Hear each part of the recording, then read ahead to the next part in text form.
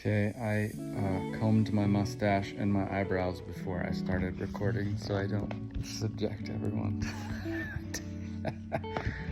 Chapter 12, use the power of logic to avoid overreactions.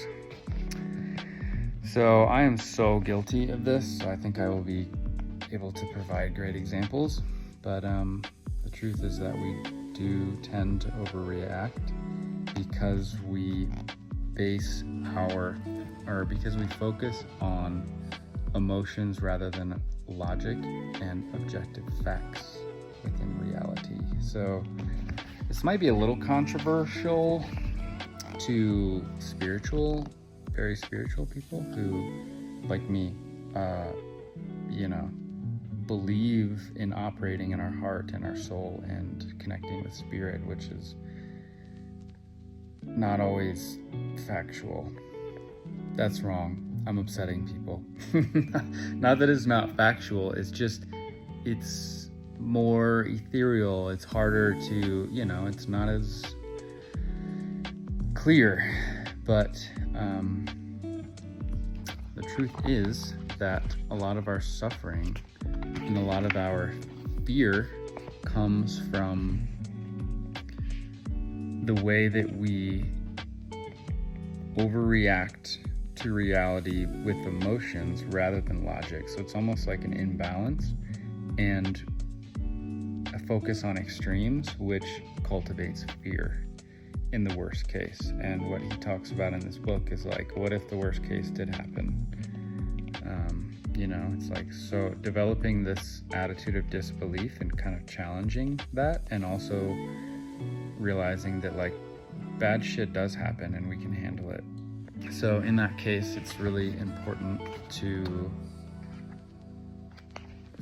focus on your power and what you can control, which is the fact that we can choose to be a victor rather than a victim, and we can choose to know that we can get through any situation. And yeah, there's a lot of gray area in life, and this is where, like, I personally, based on my trauma, I haven't been diagnosed with complex PTSD, but from what I've read, it sounds very, very spot on. And yeah, a lot of childhood traumas can result in extreme thinking and black and white thinking, and even if it's not like extreme trauma. But the truth is that all of life is like so much gray. So yeah, it's really important to realize when you are thinking extremely and emotionally and kind of getting lost in this black and white, when really, life is all about balance and operating within the gray area. So yeah, we can use logic in these moments to realize that the reality that we've built is not really true, and we are not doomed to suffer this, this horrible situation that we've kind of brought up and focused on. And yeah, using logic can increase the size of the crack in that foundation that we've created from our fear-based reactions to what is going on. So yeah, practical application for me is like, I spent so long very focused on logic and rationale, like especially in my undergrad and getting my MBA, and working in corporate and real estate and flipping houses. It's like, and I've always enjoyed that. I'm like a pretty logical person, I think.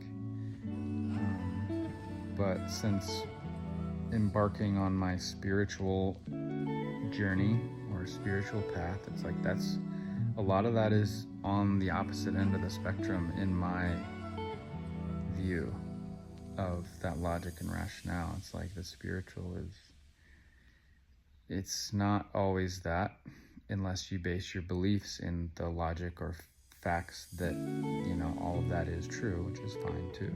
Where I'm realizing, like the pendulum always swings in life.